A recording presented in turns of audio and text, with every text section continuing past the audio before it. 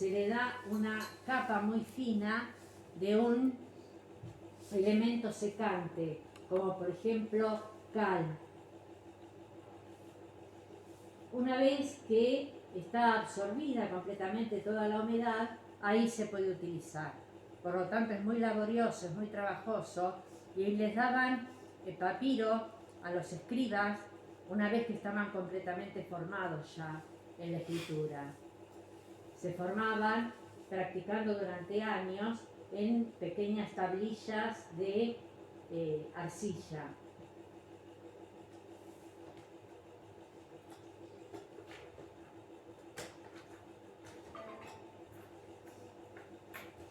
En este caso,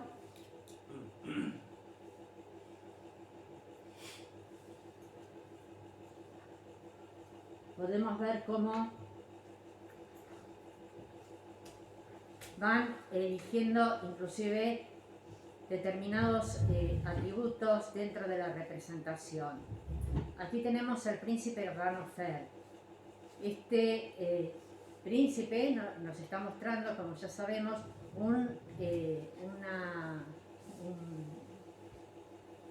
la parte de arriba del cuerpo no me sale, chicos. El frío me tira las neuronas. ¿El torso? El torso, fíjense ustedes que es una pirámide invertida truncada. Y por otra parte, está representado con los ojos en pasta vítrea y en esta representación con peluca.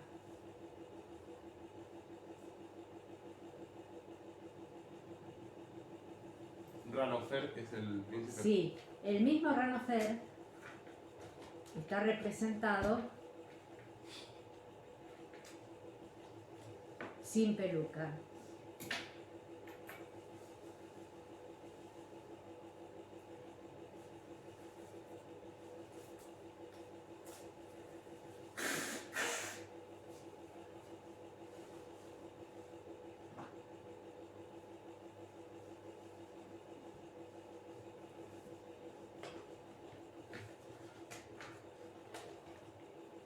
Y aquí tenemos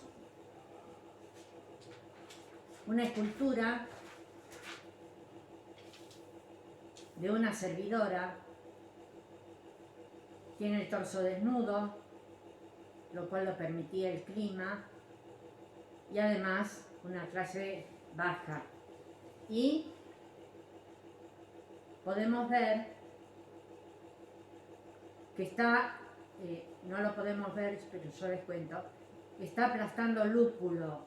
La cerveza era una de las bebidas más corrientes. ¿Cómo es el nombre? Lúpulo.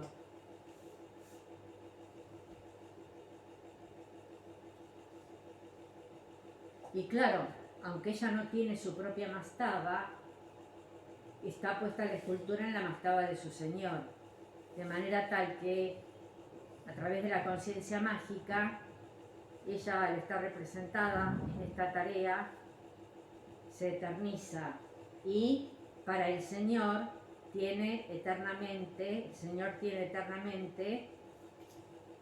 la bebida.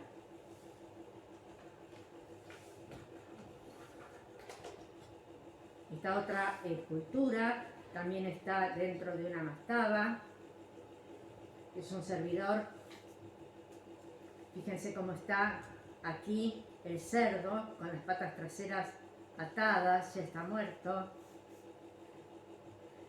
Comían mucho cerdo y la escultura estaba policromada, y fíjense ustedes que se dispone el servidor a empezar a cortar el cerdo en piezas.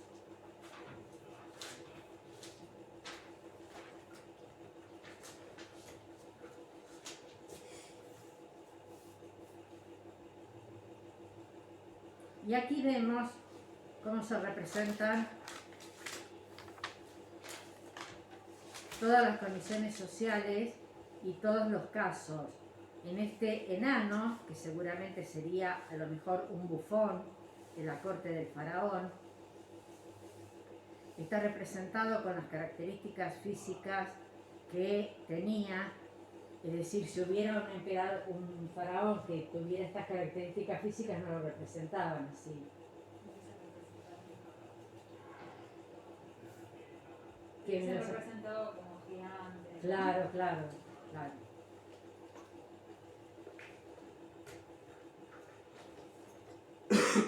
Y en este caso tenemos pintura y escritura sobre papiro. Aquí tenemos los jeroglíficos arriba y podemos ver a la izquierda al halcón Horus, el dios Horus, con cabeza de halcón y forma y cuerpo humano. Recuerden que se lo puede representar exclusivamente como halcón o como humano con cabeza de halcón. Es uno de los dioses más benéficos e importantes de Egipto, y por otra parte se lo asocia mucho al faraón. Incluso uno de los títulos que tiene el faraón es Horus Redivivo.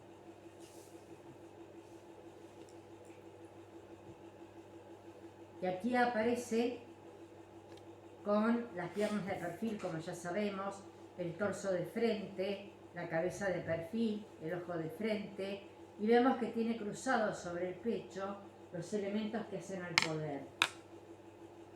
El bastón o cayado con el que dirige al pueblo, y eso lo utiliza el faraón, y acá una representación de un látigo que significa la justicia. Por detrás tiene puesta la corona del Alto y del Bajo Egipto.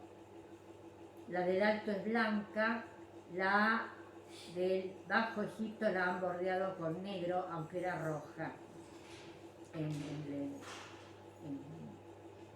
los hechos. Blanco para el Alto Egipto y el negro es para el... Y rojo para, en este caso negro, pero Sí. es roja, Okay. para el Bajo Egipto. Okay.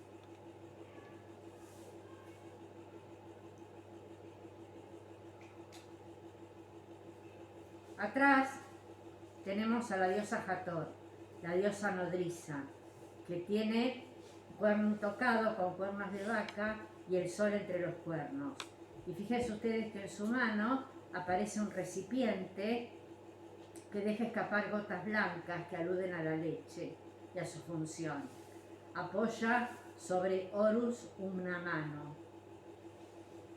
Aquí por delante tenemos una mesa de ofrendas dedicadas, claro, a Horus, y fíjense el tipo de perspectiva rebatida, es decir, las cosas en vez de irse hacia atrás las para y las representa en escalones. Entonces podemos ver en vertical todo lo que había sobre la mesa. Esto es para la claridad de lectura, que se sepa todo lo ofrendado.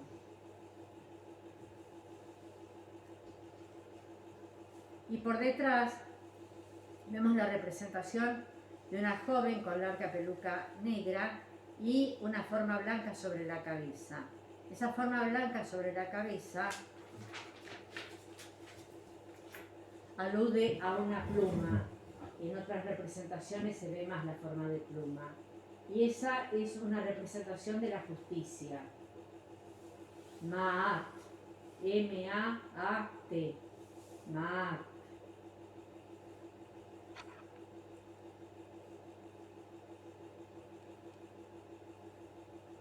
Alude a la creencia simbólica de que en la muerte, en el pesaje final, en un platillo de la balanza estaba el corazón del difunto y en otro platillo una representación de Ma'at con la pluma, y que el corazón, si era puro, tenía que pesar menos que la pluma.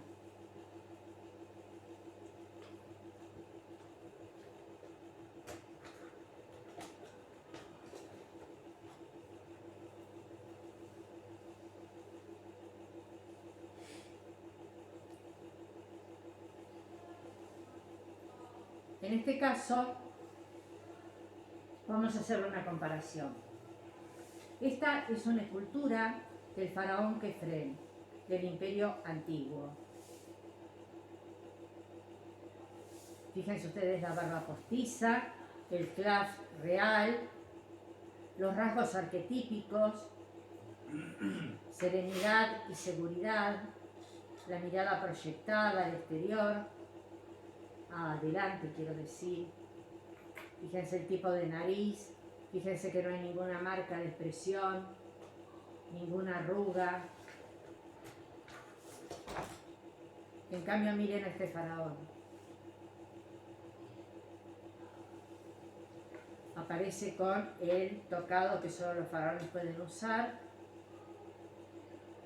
Y miren ustedes los párpados pesados, las ojeras.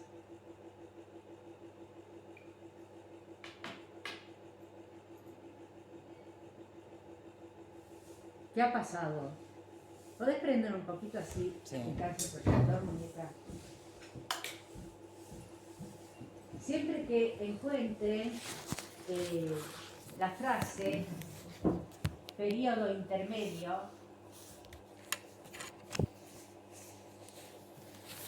en Egipto, es una época de cierta crisis.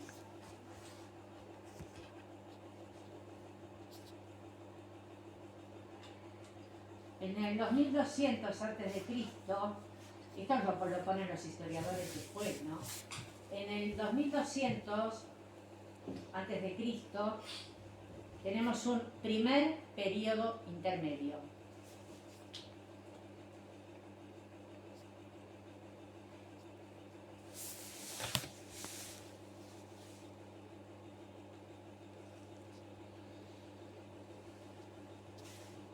Y después, a partir del 2000, tenemos el Imperio Medio.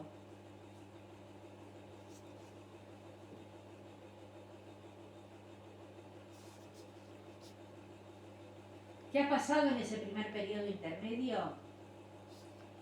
Ocurre que al principio, cuando digo al principio estoy hablando de 1000 años, ¿no? Al principio, el faraón nucleaba en sí absolutamente todo el poder, hasta el más mínimo. Con el tiempo y con la costumbre, va de alguna manera delegando fragmentos del poder, por ejemplo, en gobernadores que gobiernan distintas partes de Egipto. Y esto hace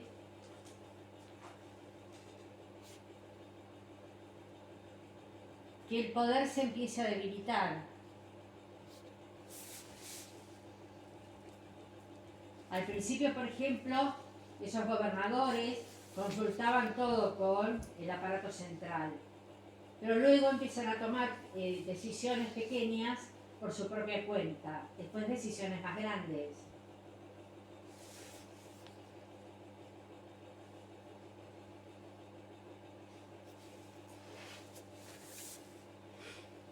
De modo tal entonces que hay un aflojamiento del poder.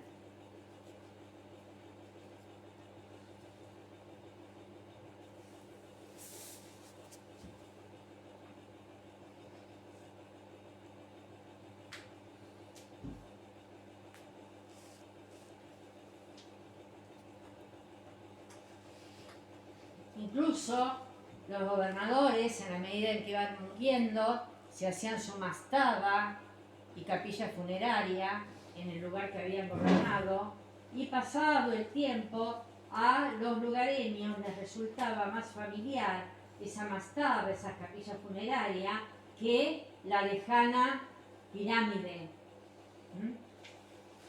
Entonces va a haber una época de cierto conflicto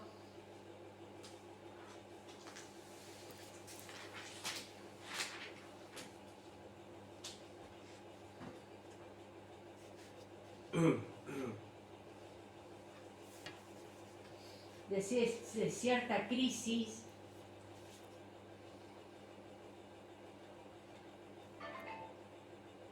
del poder faraónico.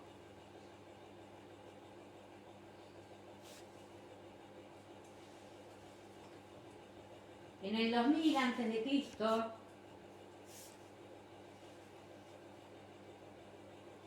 la dinastía de los faraones Sesostris, Sesostris 1, 2, 3, la dinastía de los faraones Sesostris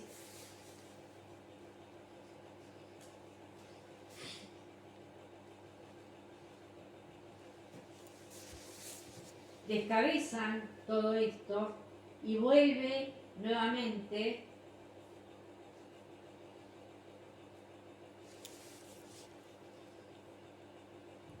el poder hegemónico y absoluto.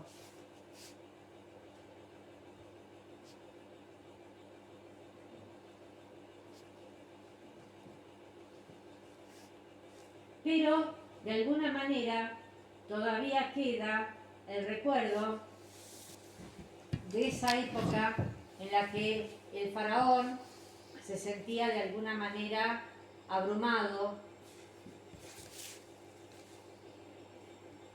por esa situación de deshilachamiento del poder.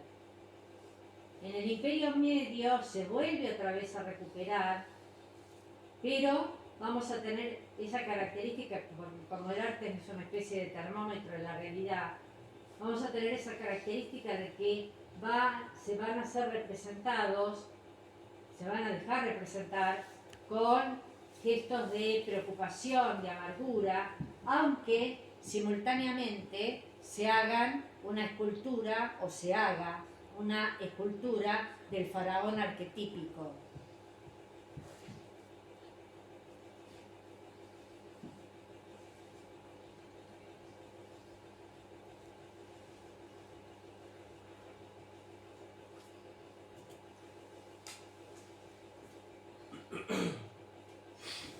¿Apago, Viviana? Sí, ahora sí. Entonces aquí, porque el faraón ha recuperado absolutamente su prestigio. Les quería comentar que hay una carta, hay muchas cartas, ¿no? Hay cartas egipcias que han sido recopiladas por estudiosos y en una hay una carta de un padre a su hijo que va a ir a estudiar a Tebas. Y entre otras cosas le dice: cuídate mucho, cuida la bolsa, es decir, el dinero. Mirá que en estos tiempos ni el faraón es lo que era. ¿Se dan cuenta? Y eso para Egipto es muy serio, porque el faraón además es un dios. Entonces es una crisis.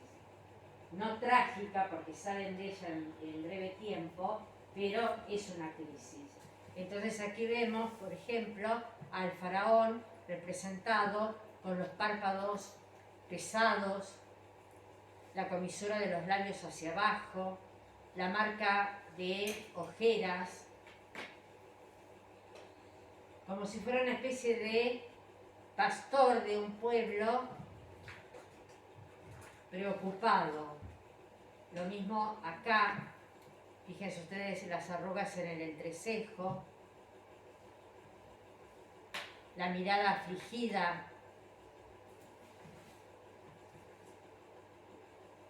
Imperio Medio. Y ese mismo faraón, a la vez, se hace representar así, o se lo representa así, de la manera arquetípica, con la corona del Alto y del Bajo Egipto, atrás esa parte recta, que por delante tiene una banda y dentro se pone la corona del Alto Egipto. La barba postiza, el paso adelante, no hay espacio entre las piernas, una escultura monolítica.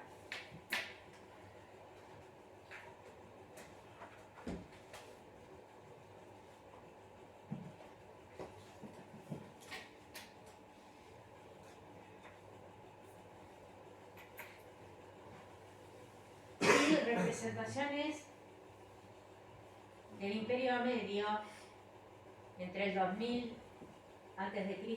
y el 1700 a.C.,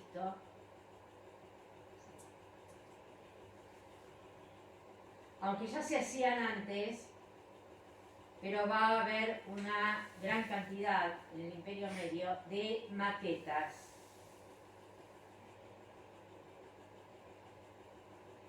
Que se ponían dentro de las tumbas.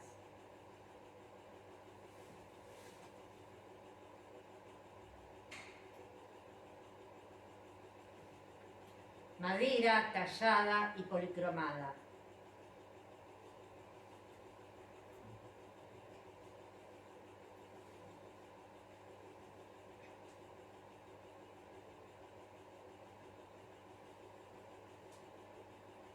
Aquí, en una cama, está el sarcófago, los sacerdotes haciendo oraciones sobre él, por arriba un techito, un dosel, con la representación del halcón Horus a los costados, y otra serie de personas que aparecen acompañando en la barca el rito final, es decir, cuando realmente moría la persona, se la momificaba, se la ponía en su sarcófago y luego en una barca por el Nilo se hacía el viaje final hasta el lugar donde iba a ser puesto.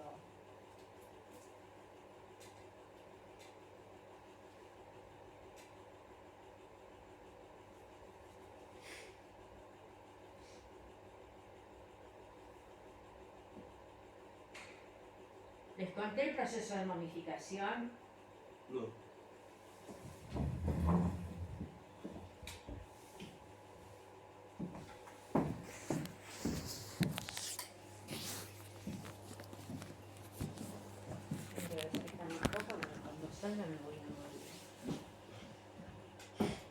Se hace un corte con piedra muy afilada, se hace un corte desde acá hasta acá y se van retirando las vísceras, a las cuales se momifica por separado y se las guarda a las vísceras momificadas en lo que se llama vasos cánopes. El cerebro se extrae con ganchos por la nariz y se sacan los ojos, a los cuales después se va a poner, se va a incrustar en vidrio. El único órgano que vuelve al cuerpo ya momificado, y el cuerpo se lo sumerge durante por lo menos entre 40 y 70 días sobre soluciones secantes, natrón, como una especie de sales que van deshidratando al cuerpo y que le van dando, con el cumplimiento de los días, esta textura. El único órgano que vuelve al cuerpo es el corazón, también momificado. Los otros quedan aparte.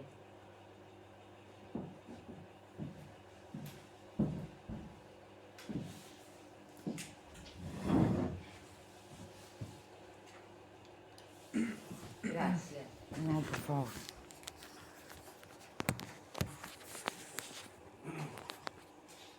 Aquí tenemos esta bellísima maqueta que es una inspección del ganado,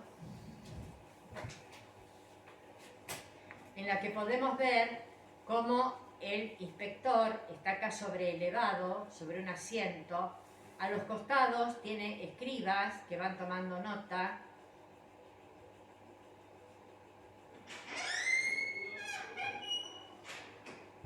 Está bajo un dosel, este techito, un dosel, con columnas. Acá en las columnas pueden ver que las columnas egipcias, después lo vamos a ver en arquitectura, son columnas que se inspiran en elementos vegetales.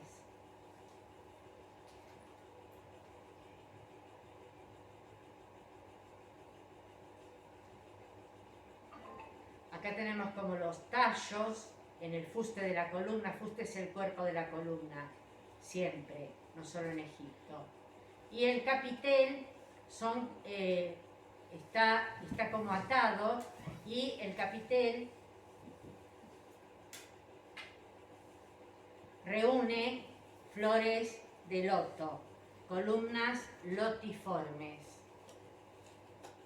Después están las columnas papiriformes con forma de papiro.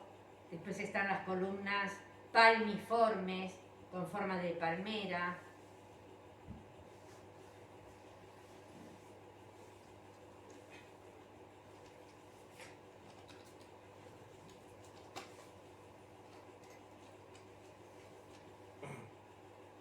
Y aquí observamos cómo va pasando con los servidores que se inclinan ante el inspector, van pasando todos los animales. Cada uno de ellos está trabajado y policromado por separado. Es decir que, aunque pinten una pared, como antes en la mastaba, van a poner muchas maquetas en vez de tener tantas paredes con las escenas.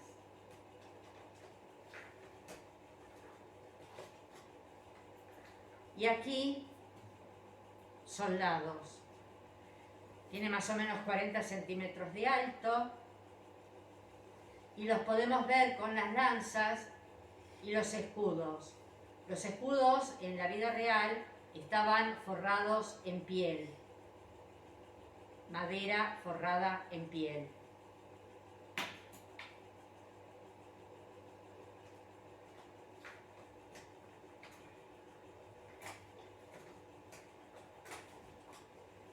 Y aquí aparecen soldados nubios. Nubia es bien al sur de Egipto.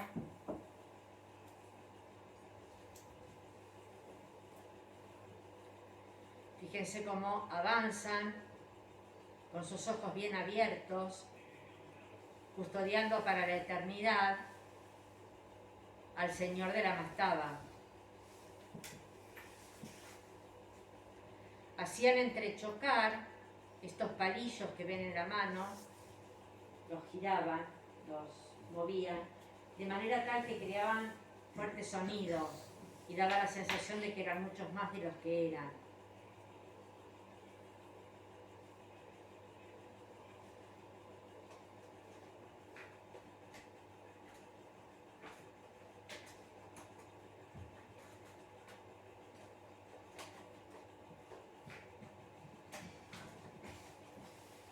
Otro grupo de soldados con sus escudos, conciencia mágica, en la reproducción está contenido el original.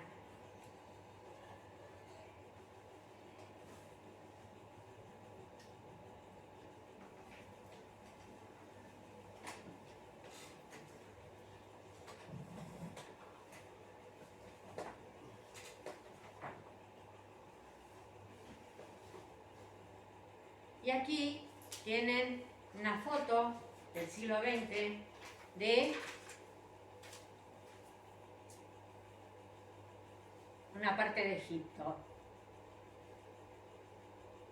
Por supuesto, hay construcciones extraordinarias de edificios, de todo lo que puedan imaginar, de gran lujo, y etcétera, pero hay ciertos sectores que han quedado como detenidos en el tiempo. Por ejemplo, aquí podemos ver una casa de adobe con techo de paja, el clima lo permite.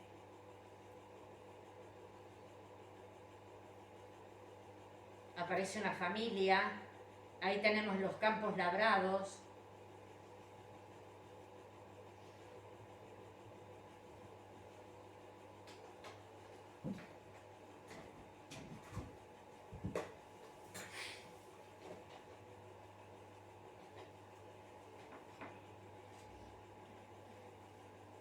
Y aquí, del otro lado, vemos la casa que les decía, con el techo de paja, los animales.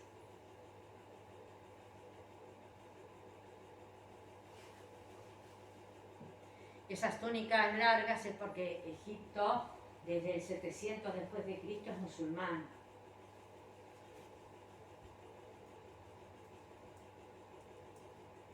¿Y por qué les muestro esto? que acá tienen una maqueta del 2000 a.C. En la que podemos ver una construcción muy similar, sin la paja arriba, por supuesto. El hombre con el arado, los animales.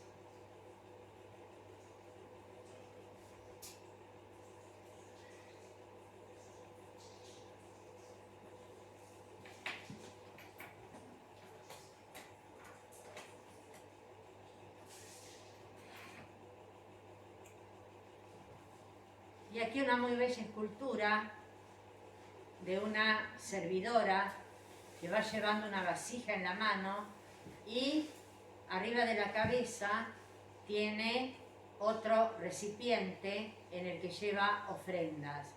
Fíjense que la túnica está pintada sobre el cuerpo.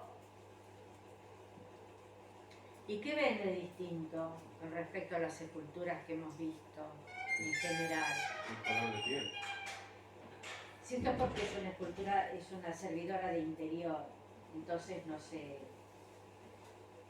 broncea como la que estaba aplastando Lúculo, que trabaja en el exterior. Otra cosa, ¿qué les parece? Los ojos que tienes. ¿Cómo era? La escultura no es una sola, están separados los brazos. Bien. No es monolítica. Fíjense ustedes cómo separa el cuerpo y lo levanta. Hay como una mayor naturalidad en la representación.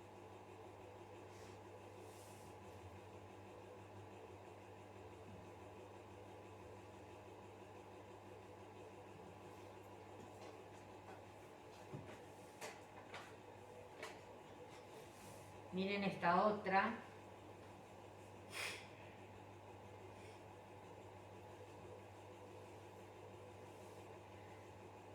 Con una túnica, una vasija en la mano, que es un pato,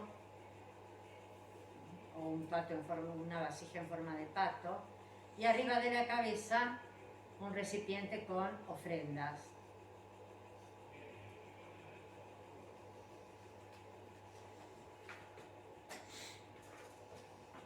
Aquí la tenemos de frente. Estaba dentro de una mastaba, por supuesto.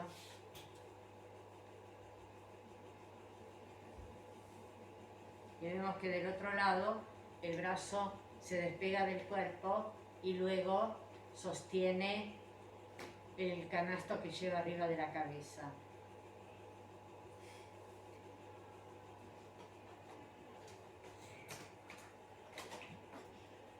Esto va a ser solo durante el Imperio Medio, ¿eh? Después en el Imperio Nuevo, ya veremos, se vuelve a lo mismo, a lo monolítico. Y acá tenemos, dentro de una tumba, por supuesto, una representación en la que observamos a la vaca con su becerro atado a la pata, mientras que un servidor la está ordeñando.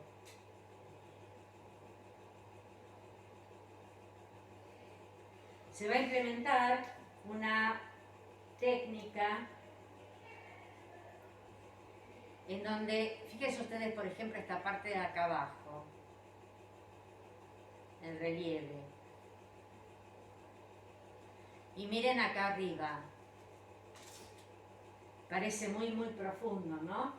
Pero no lo es tanto. ¿Por qué? Porque han puesto una línea arriba negra y blanco abajo. Entonces, aunque hay incisión, esta se la acentúa con esa técnica. Es para generar profundidad, digamos. Claridad en la representación.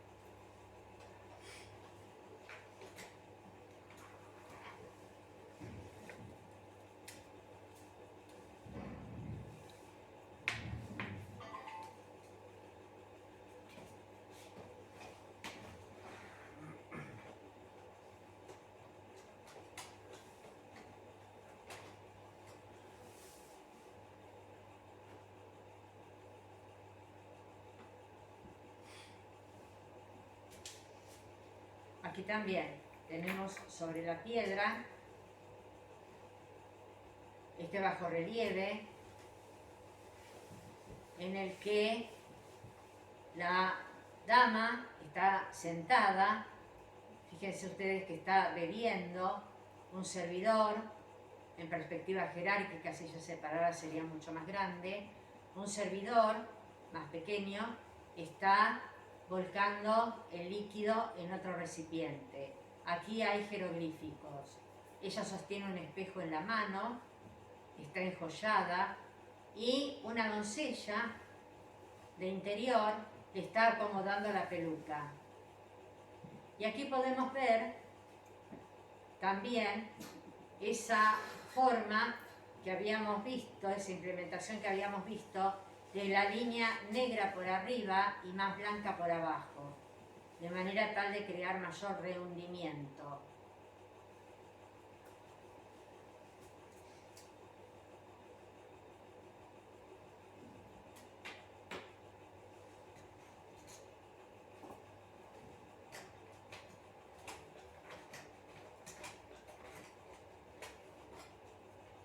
Acá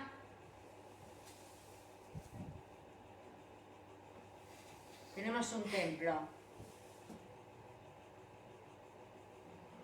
en el Imperio Medio.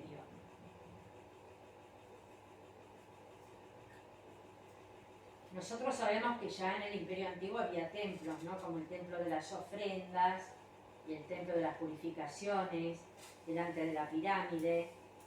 Acá tenemos este templo, que es el templo que se llama del descanso de la barca solar.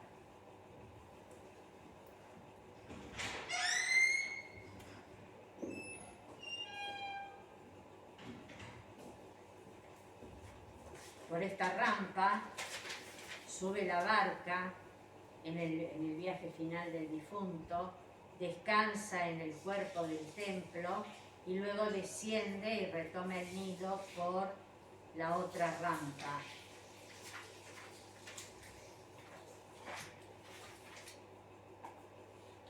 Y vemos cómo permanece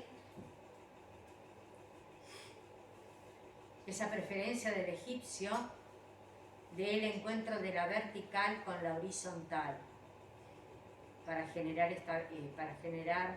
estabilidad y permanencia.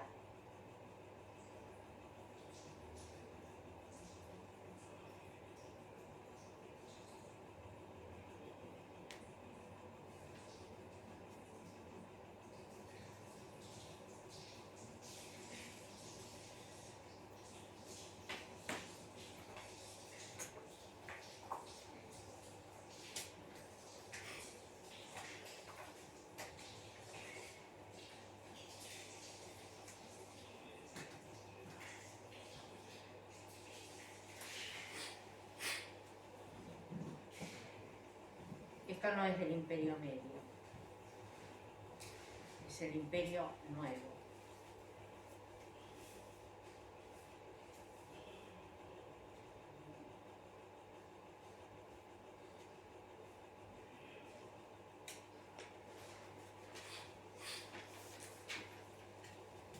En el 1700 a.C., tenemos un segundo periodo intermedio.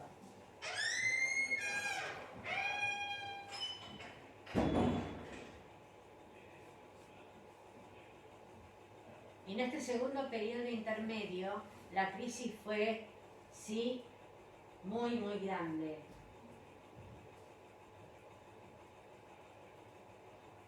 Porque Egipto, según habíamos visto por su geografía, está el río, que es la fuente de vida, desierto a un lado, desierto al otro, mar arriba, era de difícil acceso, no era invadido, a diferencia de otra gran cultura de la misma época, en la Mesopotamia, entre los ríos Tigris y Éufrates, que es de fácil acceso, sufre permanentes invasiones.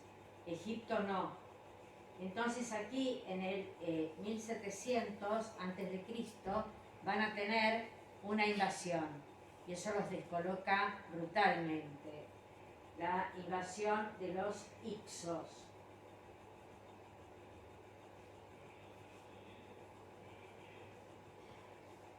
Ipsos. Hicsos. Ipsos. H-I-C-S-O-S.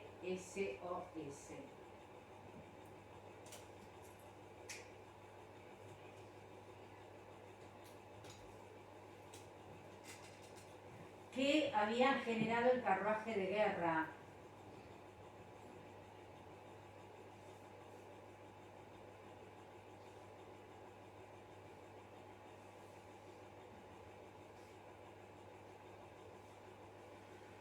Y que dominaron Egipto.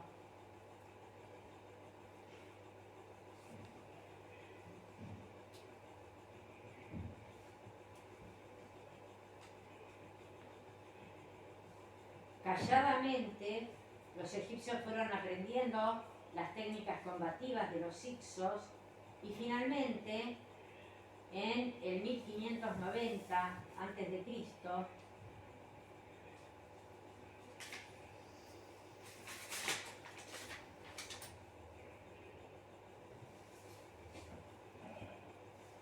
una poderosa dinastía, la dinastía 18,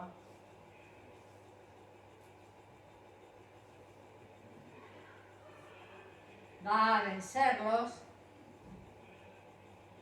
matarlos, expulsarlos,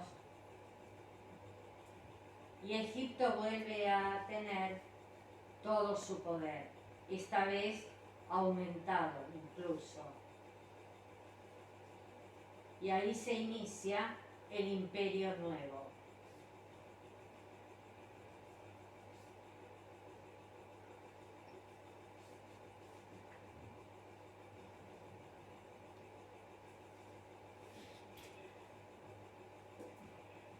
(1580-1090).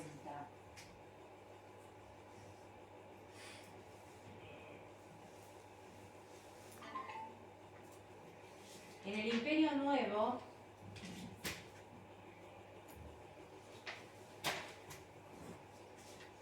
Egipto va a surgir, va a ser mucho más combativo y belicista que antes, como el hecho de haber sido invadidos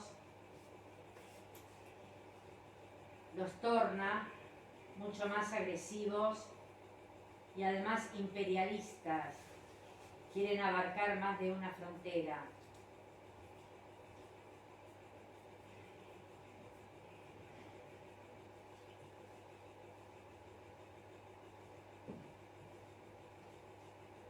También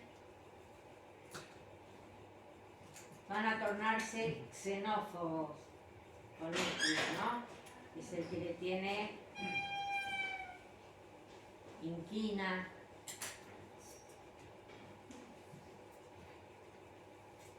odio al distinto. Ahí es en esa etapa, justamente durante el Imperio Nuevo, que Egipto esclaviza al pueblo hebreo.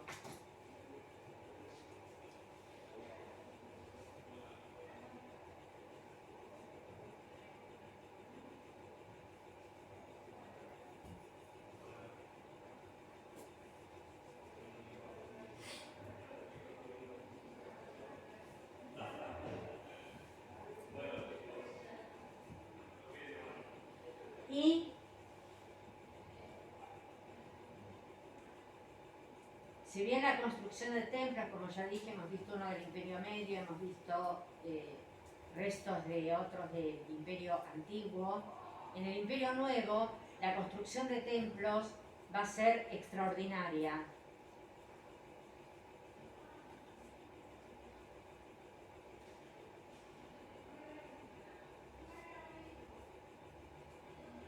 Templos absolutamente monumentales que aplastan la dimensión humana.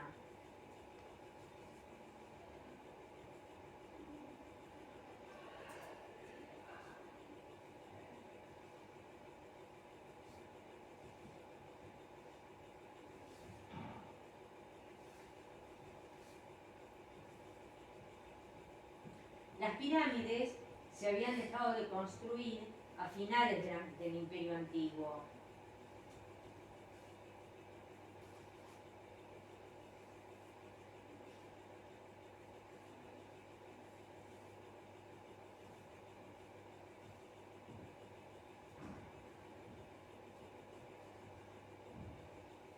Porque evidentemente eran muy llamativas y esto hacía que fueran fácil carnada para los ladrones de tumbas.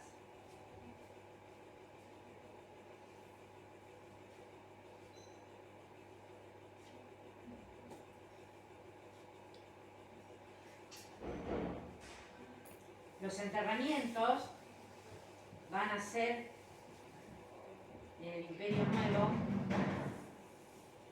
hipogeos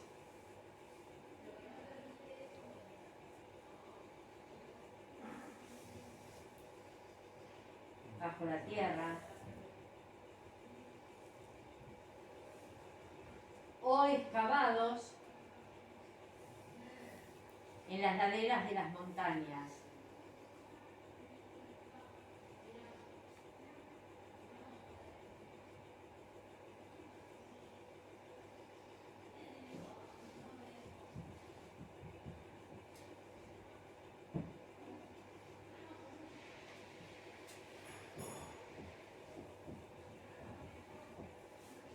Bien, dentro del Imperio Nuevo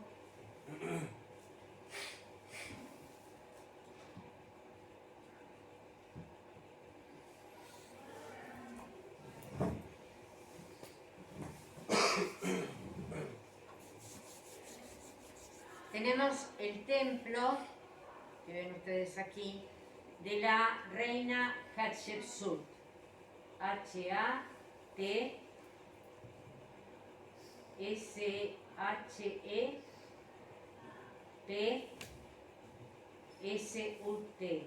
Hatshepsut.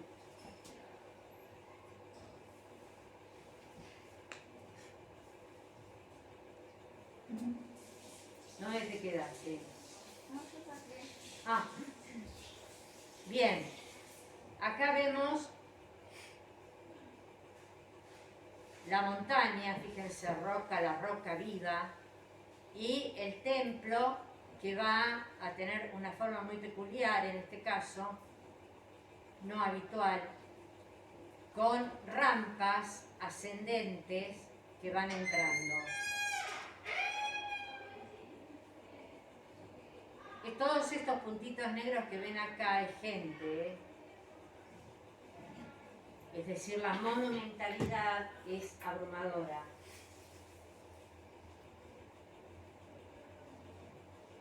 La reina Hatshepsut era la esposa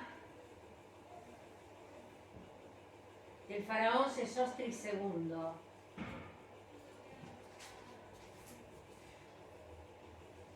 ¿Qué digo Sesostris? Perdón, Tutmosis.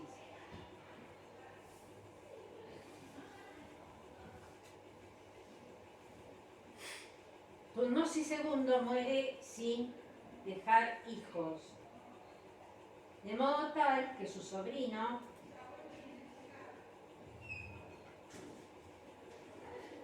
espera ser el faraón.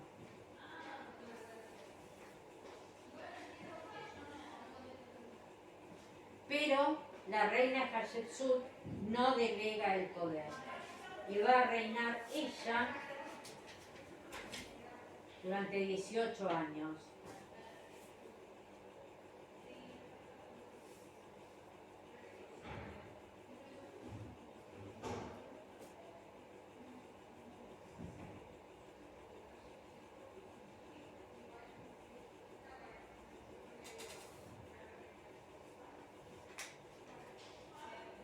Este templo fue hecho en honor a ella. Acá vamos caminando y podemos ver el encuentro de la horizontal con la vertical, las rampas ascendentes, y aquí observen figuras de faraón con los brazos cruzados delante. refieren a Hatshepsut, que se hacía representar como faraón.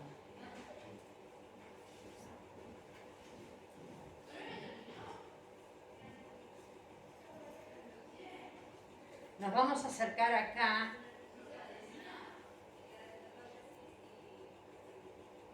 al costadito. ¿Ven dónde? Acá al costado este, que no entra en la foto.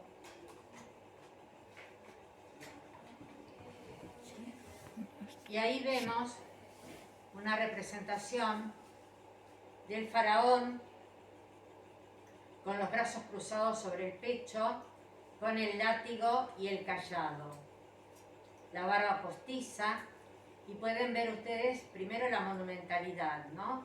Después lo monolítico, ha vuelto lo monolítico. Los brazos no se despegan del cuerpo. Y por otra parte, hay que marcar que todas estas roturas tan brutales que tiene no son producto del paso del tiempo o de otras civilizaciones, sino de su sobrino, el faraón Tutmosis III, que a la muerte de ella asumió finalmente el poder que quería. Y va a tratar por todos los medios de borrar el recuerdo de ella.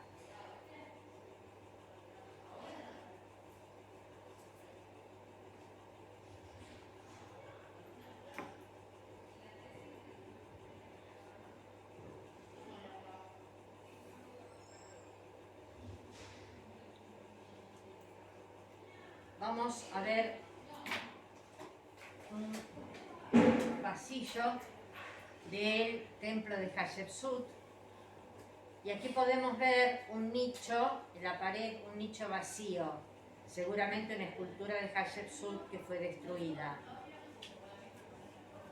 Y arriba, junto con jeroglíficos, aparece la representación de Hatshepsut como faraón varón, pintado de ocre, que aparece en el mismo nivel de altura que el halcón Horus, representado como hombre y cabeza de halcón.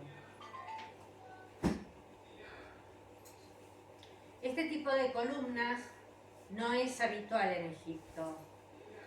Se llaman protodóricas.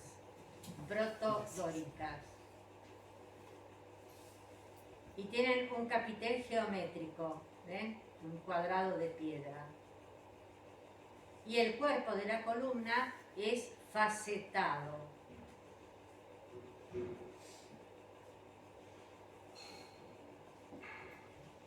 ¿Cómo se llama la columna, no? Protodórica. Dio en llamarse después, ¿no? Y aquí también, dentro del templo de Hatshepsut, podemos ver cómo hay jeroglíficos, pero una buena parte acá fueron raspados, seguramente por Tutmosis III, por orden de Tutmosis III. Aquí aparece el buitre, que es un símbolo, junto con la cobra, que está aquí arriba, de protección del faraón.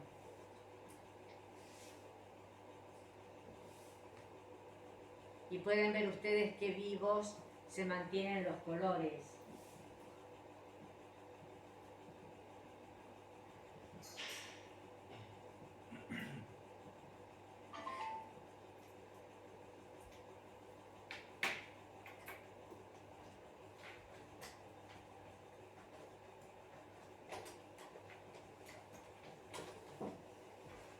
Aquí tenemos una escultura de Hatshepsut, de la reina Hatshepsut, con forma de esfinge.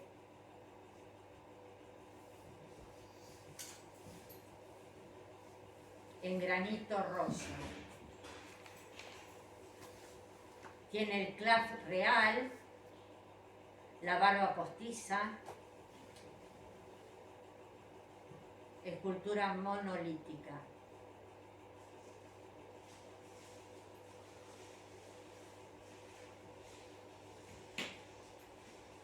Bueno, dejamos acá si van guardando despacito.